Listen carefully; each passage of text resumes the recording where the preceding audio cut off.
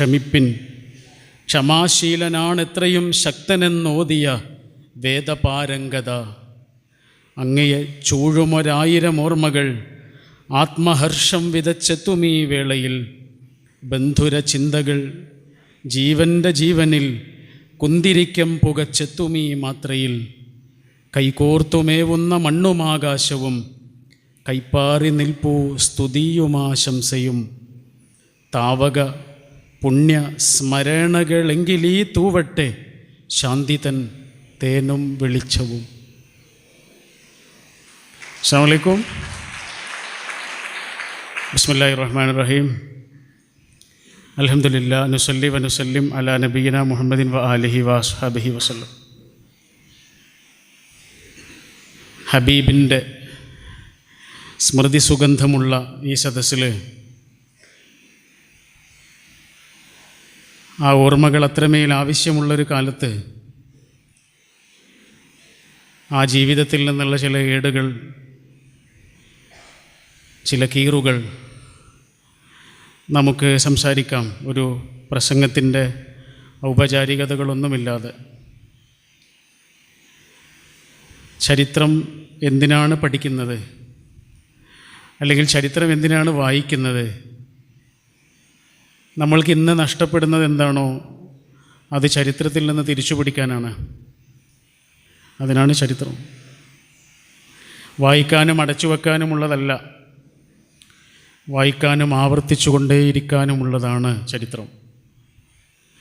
ചരിത്രത്തിൽ നിന്ന് ആരും ഒന്നും പഠിച്ചില്ല എന്നുള്ളതാണ് ചരിത്രം നൽകുന്ന ഏറ്റവും വലിയ പാഠം എന്ന് വഹീദുദ്ദീൻ ഖാൻ അദ്ദേഹത്തിൻ്റെ ചരിത്രം നൽകുന്ന പാഠത്തിൻ്റെ തുടക്കവാക്യമായി എഴുതി വച്ചിട്ടുണ്ട്. ചരിത്രത്തിൽ നിന്ന് ആരും ഒന്നും പഠിച്ചില്ല എന്നുള്ളതാണ് ചരിത്രം ഇന്നോളം മനുഷ്യരാശിക്ക് നൽകിയിട്ടുള്ള ഏറ്റവും വലിയ ചരിത്രം എന്ന്. അപ്പം നമ്മൾക്ക് നമ്മുടെ ജീവിതത്തിൻ്റെ വിധാനങ്ങളിൽ, നമ്മുടെ വർത്തമാനകാലാനുഭവങ്ങളിൽ, നമ്മുടെ സാമൂഹികവും രാഷ്ട്രീയവും വൈയക്തികവും കുടുംബപരവും സൗഹൃദപരവും ഒക്കെ ആയിട്ടുള്ള നമ്മുടെ ജീവിത വിധാനങ്ങളിൽ നമ്മൾക്ക് എന്താണോ നഷ്ടപ്പെടുന്നത് അത് തിരിച്ചു പിടിക്കേണ്ടത് ചരിത്രത്തിൽ നിന്നാണ്. ഒരു തോട് മുറിച്ച് ചാടുന്ന കുട്ടി നേരെ ഓടിച്ചെന്ന് ചാടിയാൽ തോടിൻ്റെ നടുവിലാണ് പോയിട്ട് കിടക്കുക. എന്നാൽ അവൻ കുറച്ച് സ്റ്റെപ്പ് പിറകിലേക്ക് പോയിട്ടാണ് ചാടുന്നതെങ്കിൽ അവൻ ഭംഗിയായി ആ തോട് ചാടി കിടക്കാൻ കഴിയും. 1 step back is 7 steps ahead എന്ന് പറയൂലേ. ഒരു സ്റ്റെപ്പ് പിറകിലേക്ക് പോയവർക്ക് 7 ചുവട് മുന്നിലേക്ക് പോകാനുള്ള ഊർജമാണ്. ആ പിറകിലേക്കുള്ള ഒരു ചുവട് വെക്കലാണ് ചരിത്രത്തിലേക്കുള്ള നമ്മുടെ ചുവടുവെപ്പ്. വാഹനം ഓടിക്കുന്ന സമയത്ത് ഇവിടെ കണ്ണാടി വെക്കുന്നത് നമ്മുടെ മുഖം കാണാനല്ലല്ലോ, പിറകിലെ കാഴ്ചകൾ കാണാനാണ്. മുന്നിലേക്ക് പോകുന്ന ഒരാൾക്ക് എന്തിനാണ് പിറകിലെ കാഴ്ചകൾ? മുന്നിലേക്ക് നന്നായി പോകണമെന്നുണ്ടെങ്കിൽ പിറകിലെ കാഴ്ചകൾ അത്യാവശ്യമാണ്. ഈ പിറകിൽ നിന്നുള്ള കാഴ്ചകളാണ് ചരിത്രത്തിൽ നിന്നുള്ള കാഴ്ചകൾ. ആ കാഴ്ചകളിൽ ഏറ്റവും മഹത്തായ മാതൃക എന്ന് ലോകത്തിൻ്റെ സൃഷ്ടാവ് നമുക്ക് പറഞ്ഞു തന്നിട്ടുള്ള ഹബീബായ റസൂൽ സല്ലല്ലാഹു അലൈഹി വസല്ലം എത്രമേൽ ഉന്നതമായ പാഠങ്ങളാണ് നമുക്ക് ബാക്കിയാക്കുക. യേശുവിനെക്കുറിച്ച് ജിബ്രാൻ പറഞ്ഞിട്ടുണ്ട്, അവൻ ചെയ്ത എല്ലാ അത്ഭുതങ്ങളെക്കാളും വലിയ അത്ഭുതം അവൻ തന്നെയായിരുന്നു എന്ന്. യേശു പല അത്ഭുതങ്ങളും കാണിച്ചിട്ടുണ്ട്, പക്ഷെ അതിലേറ്റവും വലിയ അത്ഭുതം അവൻ തന്നെയായിരുന്നു എന്ന്. ഹബീബായ റസൂൽ സല്ലല്ലാഹു അലൈഹി വസല്ലമയെക്കുറിച്ച് പറയുമ്പോൾ ആ ജീവിതം തന്നെയായിരുന്നു അത്ഭുതം. അതുകൊണ്ടാണ് നിങ്ങൾ നബി വചനങ്ങൾ എടുത്ത് പരിശോധിച്ച് നോക്കൂ, ഹദീസുകൾ. റസൂൽ സല്ലല്ലാഹു അലൈഹി വസല്ലം ഇങ്ങനെ പറഞ്ഞു എന്ന് പറയുന്ന ഹദീസുകളെക്കാൾ നമ്മൾ കാണുന്നത് റസൂൽ സല്ലല്ലാഹു അലൈഹി വസല്ലം ഇങ്ങനെ ചെയ്യുന്നതായി ഞാൻ കണ്ടു എന്നാണ്.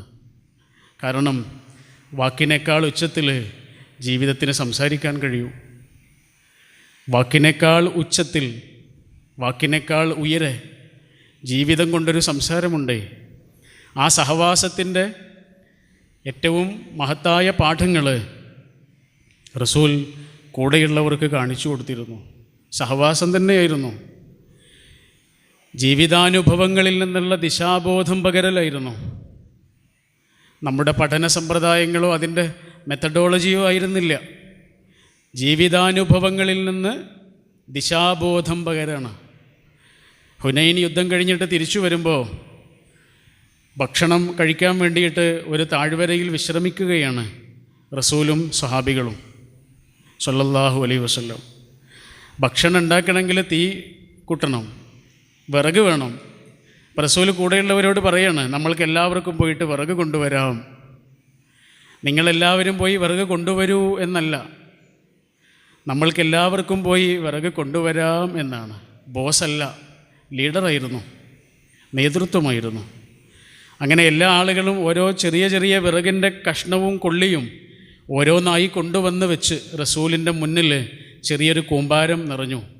അപ്പോൾ ലോകം കണ്ട ഏറ്റവും മഹാനായ അധ്യാപകൻ ആ അധ്യാപകൻ്റെ വിദ്യാർത്ഥികളോട് പറയാണ്, ഇതുപോലെയാണ് നമ്മുടെ ചെറിയ ചെറിയ പാപങ്ങൾ വലിയ പാപമായി മാറുന്നത്. നിങ്ങൾ കേട്ടതാണ്. ഇങ്ങനെയാണ് നമ്മുടെ ചെറിയ ചെറിയ പാപങ്ങൾ വലിയ വലിയ പാപങ്ങളാകുന്നത്. ജീവിതത്തിൽ മറക്കുമോ? അവർ മറക്കുമോ? ജീവിതാനുഭവങ്ങളിൽ നിന്നാണ് ദിശാബോധം പകരുന്നത്. ഒരു ചെറിയ കമ്പല്ലേ, ശരി, അങ്ങനെ കുറേ ചെറിയ കമ്പുകൾ കൂട്ടിവെച്ചാൽ അതൊരു വലിയ കമ്പാണ് എന്ന് അവർക്ക് ആ നിമിഷമാണ് പറഞ്ഞു കൊടുക്കുന്നത്. അപ്പോൾ ബദൽ എന്ന് വിളിക്കാവുന്ന ഒരു ജീവിതക്രമം ആ ജീവിതത്തിൽ നിന്ന് കാണാൻ കഴിയും. നമ്മുടെ കാലത്തോടായിരുന്നാലും നമ്മൾ കണ്ടതും കാണാനിരിക്കുന്നതുമായ പല കാലങ്ങളോടായിരുന്നാലും മനുഷ്യരുടെ ജീവിതക്രമങ്ങൾക്ക് ബദലായ ഒരു ജീവിതക്രമം ആ വലിയ ജീവിതത്തിൽ നിന്ന് നമുക്ക് കാണാൻ കഴിയുന്നു. ജിബ്രാൻ്റെ സമകാലികനായിട്ടുള്ളൊരു എഴുത്തുകാരനുണ്ടായിരുന്നു, മിഖായിൽ നഈമി എന്നാണ് അദ്ദേഹത്തിൻ്റെ പേര്. നിങ്ങൾ അദ്ദേഹത്തിൻ്റെ പുസ്തകങ്ങൾ വായിച്ചിട്ടുണ്ടോ എന്നറിയില്ല, വായിക്കേണ്ട പുസ്തകങ്ങളാണ്. മിർദാദിൻ്റെ പുസ്തകം എന്നൊരു ഗ്രന്ഥമുണ്ട്, മലയാളത്തിലേക്ക് പരിഭാഷപ്പെടുത്തപ്പെട്ടിട്ടുള്ളൊരു പുസ്തകമാണ്. അതിൽ അദ്ദേഹം പറയുന്നുണ്ട്, ബോധപൂർവം ജീവിക്കുന്നതിനേക്കാൾ രസമുള്ള ഒരു കളി വേറെയില്ല എന്ന്. ബോധപൂർവമുള്ളൊരു ജീവിതത്തെക്കാൾ, ശ്രദ്ധാപൂർവമുള്ള ഒരു ജീവിതത്തെക്കാൾ രസമുള്ള മറ്റൊരു കളിയില്ല. ശ്രദ്ധാപൂർവമുള്ളൊരു ജീവിതമുണ്ടല്ലോ, ബോധപൂർവമുള്ളൊരു ഇടപെടലും ഇടപഴകലുമുണ്ടല്ലോ, അതാ മഹാജീവിതത്തിൽ നിന്ന് നമ്മൾ കാണുന്നു. എത്ര കുറച്ച് വിഭവങ്ങൾ കൊണ്ടാണ് ജീവിച്ചത്, എത്ര അനാഥത്വവും സങ്കടങ്ങളും പേറിയ ജീവിതമാണ്. നമ്മളൊക്കെ ആലോചിക്കാറില്ലേ നമ്മൾക്ക് എന്താണ് കിട്ടിയത് എന്ന്? പലപ്പോഴും നിരാശയൊക്കെ വരും മനുഷ്യന്. എത്ര ചോദിച്ചു എന്നിട്ടും അള്ളാഹു തരുന്നില്ല. എൻ്റെ കൂടെ പഠിച്ചൊരു പെൺകുട്ടി ഒരിക്കൽ വിളിച്ചിട്ട് പറഞ്ഞത്, പ്രാർത്ഥിക്കണം. എന്തിനാ പ്രാർത്ഥിക്കേണ്ടത്? അവൾക്ക് മക്കളില്ല, മക്കൾക്ക് വേണ്ടി ഉണ്ടാവാൻ വേണ്ടി പ്രാർത്ഥിക്കണം. ജ്യേഷ്ഠത്തിയുടെ മകൾക്ക് പോലും മക്കളായി, അനിയത്തിക്ക് മക്കളായി, എനിക്ക് മക്കളായിട്ടില്ല. ഞാൻ ചോദിച്ചു, നിങ്ങൾ പ്രാർത്ഥിക്കുന്നില്ലേ? അവർ പറഞ്ഞു, ഞാൻ പ്രാർത്ഥനയൊക്കെ നിർത്തിയിട്ടുണ്ട്. എത്ര പ്രാർത്ഥിച്ചു എന്നറിയോ? എത്ര തവണ ഉംറ ചെയ്തു എന്നറിയോ? ഹജ്ജ് ചെയ്തു എന്നറിയോ? എത്ര നിസ്കരിച്ചു എന്നറിയോ? എത്ര രാവ് ഉറക്കമൊഴിഞ്ഞിട്ടുണ്ട് എന്നറിയോ? എത്ര പകൽ വിശപ്പറിഞ്ഞിട്ടുണ്ട് എന്നറിയോ? എന്നിട്ടും എൻ്റെ പ്രാർത്ഥന കേട്ടില്ല. നിരാശ എത്ര പെട്ടെന്നാണ് മനുഷ്യനെ പിടികൂടുന്നത് അല്ലേ? ചെറിയ ചെറിയ നിരാശകളുടെ പേരിൽ നമ്മൾ നമ്മുടെ അനുഗ്രഹങ്ങളെ എത്ര പെട്ടെന്നാണ് മനസ്സിൽ മായ്ച്ചു കളയുന്നത്. അപ്പോഴൊക്കെ നമ്മൾ ആലോചിക്കേണ്ടത് ഒന്നും കിട്ടാതെ പോയ റസൂലിനെയാണ്. ഉപ്പയെ കണ്ടിട്ടില്ലാത്ത കുട്ടിയായിരുന്നു. ആ സങ്കടത്തിൻ്റെ ആഴം എത്ര വലുതായിരിക്കും എന്ന് ആലോചിച്ചു. കുടുംബത്തിലുള്ള ആളുകൾ പറഞ്ഞു കൊടുത്തിട്ടുണ്ടാവും, ഉപ്പ ഇങ്ങനെയായിരുന്നു അങ്ങനെയായിരുന്നു എന്നൊക്കെ. നിൻ്റെ ഉപ്പയുടെ കണ്ണിങ്ങനെയായിരുന്നു, നിൻ്റെ ഉപ്പയുടെ ചിരി ഇങ്ങനെയായിരുന്നു, നിൻ്റെ ഉപ്പ നടന്നിരുന്നത് അങ്ങനെയായിരുന്നു. ഓരോ ആളുകളെ ചൂണ്ടിയിട്ട്, കുടുംബത്തിലുള്ള മറ്റു അംഗങ്ങളെയൊക്കെ ചൂണ്ടിയിട്ട് കുടുംബത്തിലുള്ള ആളുകൾ ആ കുട്ടിക്ക് പറഞ്ഞു കൊടുത്തിട്ടുണ്ടാവും. അങ്ങനെ മനസ്സിൽ വരച്ചിട്ട ഉപ്പയുടെ ഒരു പ്രിയപ്പെട്ട ചിത്രം ഉണ്ടാവും. കൂടെയുള്ള ഓരോ കുട്ടികളും ഉപ്പ എന്ന് പറയുമ്പോൾ ആ കുട്ടിയുടെ നെഞ്ച് പൊള്ളുന്നുണ്ടാവും അല്ലേ? ഉമ്മ നഷ്ടപ്പെട്ട കുട്ടിയായിരുന്നു. ഉമ്മ അസ്സലാമു അലൈക്കും എന്ന് പറഞ്ഞിട്ട് വീട്ടിലേക്ക് കയറി ചെല്ലുന്നൊരു രംഗമുണ്ട്. ഒരു മനുഷ്യൻ്റെ ഏറ്റവും ആനന്ദമുള്ള സമയമാണത്. അതില്ലാതാകുമ്പോഴാണ് അതിൻ്റെ വേദനയുടെ ആഴം എത്രയാണെന്ന് അറിയട്ടോ. ഉണ്ടാകുമ്പോൾ അത് അറിയൂല. വാപ്പയും ഉമ്മയും ജീവിച്ചിരിക്കുന്ന കാലമാണ് ഒരു മനുഷ്യൻ്റെ ജീവിതത്തിൽ ഏറ്റവും നല്ല കാലം. അത് വാപ്പയും ഉമ്മയും ജീവിച്ചിരിക്കുന്ന കാലത്ത് അറിയാൻ കഴിയുന്നവർ മഹാഭാഗ്യവന്മാർ. പൂവറിയില്ല വേരറിഞ്ഞ കയ്പുകൾ എന്നൊരു കവിതയുണ്ട്. മരത്തിൻ്റെ മുകളിൽ തിളങ്ങി നിൽക്കുന്ന പൂക്കൾക്കറിയില്ല വേരറിഞ്ഞ വേദനകളൊന്നും. ആ വേരാണ് ഉമ്മയും ഉപ്പയും. അതില്ലാതാകുന്നൊരു അനുഭവത്തെക്കുറിച്ച് ആലോചിച്ച് നോക്കൂ. അനാഥത്വത്തിൻ്റെ എല്ലാ സമ്പൂർണതകളോടെയും ജീവിച്ച പ്രവാചകൻ അനാഥകളെക്കുറിച്ച് ഇത്രയേറെ പറയുന്നത് എന്തുകൊണ്ടായിരിക്കും? എത്ര തവണയാണ് പറഞ്ഞത്? റസൂലെ മനസ്സുവല്ലാതെ വരണ്ടു പോയിരിക്കണോ, എന്താണ് പരിക്കണോ എന്ന് ചോദിച്ച സ്വഹാബിക്ക് റസൂൽ നിർദ്ദേശിച്ചത് ഒരു യതീമായ കുട്ടിയെ പോയിട്ടൊരു ഉമ്മ വെക്കട എന്നായിരുന്നു. ഒരു അനാഥയായ കുട്ടിയെ ഒന്ന് ചേർത്ത് പിടിക്കുക. എന്തിനാ ഇത് പറഞ്ഞു കൊടുത്തതെന്നറിയോ? സ്നേഹം കിട്ടാത്തവനത് കൊടുക്കുക എന്നാണ് പറഞ്ഞത്. ആ കുട്ടിയുടെ കണ്ണിൽ കാണുന്നൊരു വെളിച്ചമുണ്ട്. നിൻ്റെ തലോടൽ അനുഭവിക്കുമ്പോൾ ആ കുട്ടി അനുഭവിക്കുന്നൊരു സുരക്ഷിതത്വമുണ്ട്. അതിൻ്റെ പേരാണ് സ്നേഹം. ഇതാരാ പറയുന്നതെന്നറിയോ? അനാഥത്വത്തിൻ്റെ എല്ലാ വേദനകളും ജീവിതത്തിൽ അനുഭവിച്ച പ്രവാചകനാണ്. വിധവകളെക്കുറിച്ച് എത്ര തവണയാണ് പറഞ്ഞത്? അസാഇ അലൽ അർമിലത്തി വൽ മസാക്കീൻ കൽ മുജാഹിദ് ഫീ സബീലില്ല. വിധവകളെക്കുറിച്ച് എന്തുകൊണ്ടാ? വൈധവ്യത്തിൻ്റെ വേദന എത്രയാണ് എന്ന് ആമിന എന്ന ഉമ്മയിൽ നിന്ന് റസൂൽ കണ്ടറിഞ്ഞിരുന്നു. റസൂലിൻ്റെ ഉമ്മ വിധവയായൊരു ഉമ്മയായിരുന്നു. വൈധവ്യത്തിൻ്റെ വേദനകൾ, അനാഥത്വത്തിൻ്റെ വേദനകൾ, പട്ടിണിയുടെ വേദന എന്താണ് എന്ന് റസൂൽ പുസ്തകങ്ങളിൽ നിന്ന് വായിച്ചതായിരുന്നില്ല, ജീവിതം കൊണ്ട് അറിഞ്ഞതായിരുന്നു. അതുകൊണ്ട് ഓരോ വാക്കിനും അത്രയേറെ ആഴം കൈവന്നു. ഓരോ മരവും ഒരു മാമരമായി എന്ന് പറയുന്ന പോലെ, ഒറ്റ മരം ഒരു കാടായി മാറി എന്ന് പറയുന്ന പോലെ, ഓരോ വാക്കിലും കുറേ വാക്കുകൾ ഒളിപ്പിച്ചു വെക്കാൻ റസൂലിന് കഴിഞ്ഞിരുന്നു. ഓരോ വാക്കും ദർശനങ്ങളായി മാറിയത് അതുകൊണ്ടാണ്. ജീവിതം അത്രയേറെ ആഴമുള്ളതായിരുന്നു, കണ്ണീര് കലർന്നിരുന്നു. സൂറത്തുൽ ദുഹ അള്ളാഹു റസൂലിനോട് അത്രയേറെ ആഴത്തിൽ അടുത്ത് നിന്ന് സംസാരിക്കുന്നുണ്ട്. നിങ്ങൾ ആ സൂറത്തിലൂടെ ഇങ്ങനെ വെറുതെ കടന്നു പോകുന്നുണ്ടോ? ജീവിതത്തിൽ ചിലപ്പോൾ സങ്കടങ്ങളൊക്കെ വരുമ്പോഴേ മനസ്സ് നമ്മുടെ കയ്യിൽ നിന്ന് പോകുന്നു എന്ന് തോന്നുമ്പോൾ സൂറത്തുൽ ദുഹ എടുത്തിട്ടൊന്ന് മറിച്ച് നോക്കണം. മരുഭൂമിയിലെ ഒറ്റ മരമാണ് സൂറത്തുൽ ദുഹ. ആ നിമിഷം അത് വായിക്കുന്നവർക്ക്, വിശുദ്ധ ഖുർആനിന് അങ്ങനെ ഒരു മാന്ത്രികതയുണ്ട്.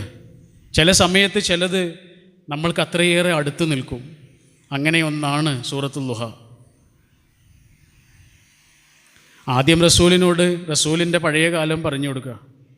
അനാഥനായിരുന്നു നിങ്ങൾ, പക്ഷേ നിങ്ങളെ ഞാനാണ് സനാഥനാക്കിയത്. ആരുമില്ലാത്തവനായിരുന്നു നിങ്ങൾ, ആരൊക്കെയുള്ള ഒരാളാക്കി നിങ്ങളെ മാറ്റിയത് പടച്ചവനാ. എല്ലാ വാതിലുകൾ അടഞ്ഞാലും ഒരു ജനൽ തുറക്കപ്പെടും പ്രവാചകരെ എന്ന്. ചെറുപ്പക്കാരനായ അബ്ദുള്ള എന്ന മകൻ മരിച്ചിട്ടും വൃദ്ധനായ അബ്ദുൽ മുത്തലിബ് എന്ന വല്ലിപ്പയെ അവിടെ ബാക്കിയാക്കിയത് ആരാണ്? അവനാ. അതാണ് അനാഥനായിരുന്ന നിങ്ങളെ സനാഥനാക്കി എന്ന് പറഞ്ഞത്. എല്ലാ വാതിലുകളും അടഞ്ഞിട്ടുണ്ടാവും, പക്ഷേ ഒരു ജനൽ, ഒരൊറ്റ ജനൽ നമ്മൾക്ക് മാത്രമായി തുറക്കപ്പെട്ടിട്ടുണ്ടാവും. നമ്മളിപ്പോഴും വാതിലിൽ ചെന്നിട്ട് മുട്ടിക്കൊണ്ടിരിക്കുകയാണ്. അള്ളാഹു പറയുന്നത് ജനലിലൂടെ രക്ഷപ്പെടാനാ. അതാണ് സൂറത്തുൽ ദുഹ. വരാനിരിക്കുന്നൊരു വസന്തത്തെക്കുറിച്ചുള്ള ഓർമ്മപ്പെടുത്തലാണ്. അത് സംഭവിച്ചു കേട്ടോ റസൂലിൻ്റെ ജീവിതത്തിൽ. നഷ്ടപ്പെട്ടതൊക്കെ എത്ര മനോഹരമായാണ് തിരിച്ചു കിട്ടുന്നത്. എത്ര സുന്ദരമായി, എത്ര മധുരമായി പ്രതികാരം ചെയ്യാൻ കഴിയുന്നുണ്ട് റസൂലിന്.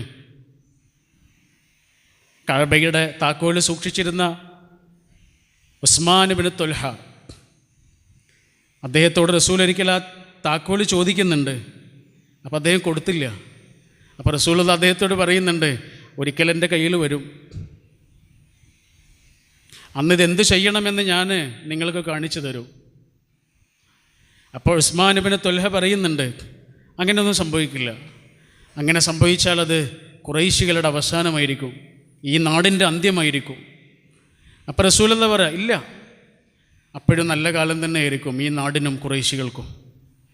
മക്കാ വിജയ ദിവസം ആ താക്കോൽ റസൂലിൻ്റെ കയ്യിലാണ്.